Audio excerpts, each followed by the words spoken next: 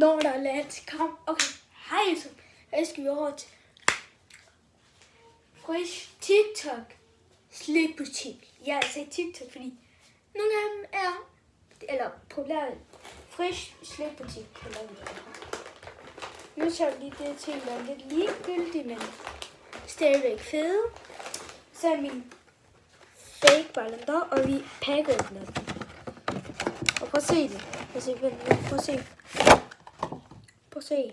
Guld. Jeg har en i blå også. Den er den bagger. Lige.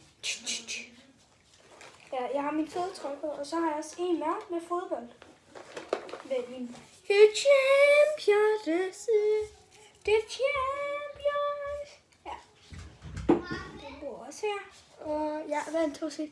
Jeg er tilbage med min lillebror, jeg spurgte mig om at lave en video, så sagde jeg selvfølgelig ja.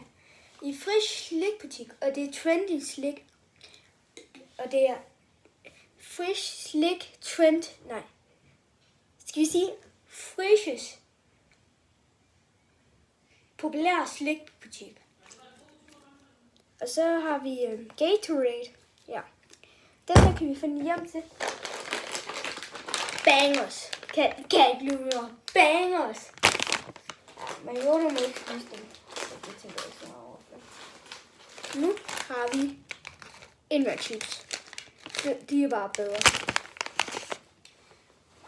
Ja, så har vi en anden ting.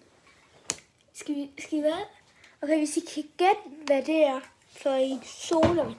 Subscribe til... Eller faktisk ikke subscribe. Like videoen, hvis I ved, hvad det var. Og ja, det er Coca-Cola.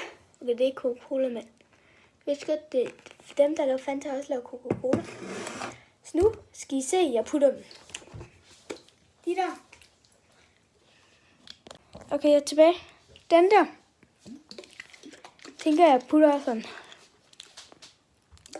Nu er jeg jo tilbage i min slikbutik, så det der. Nej, faktisk, dernede kan drikkelse komme hen. Så hernede er drikkelse 15 kroner hver. Fordi det er jo, eller i Marvins Frisch's TikToks, eller slikbutik, jo handler det jo om TikTok-ting. Sådan der har jeg tænkt mig at gøre. Her har vi sådan lidt gult. Der, det hedder det gule side. Ja. Og de der kommer dernede.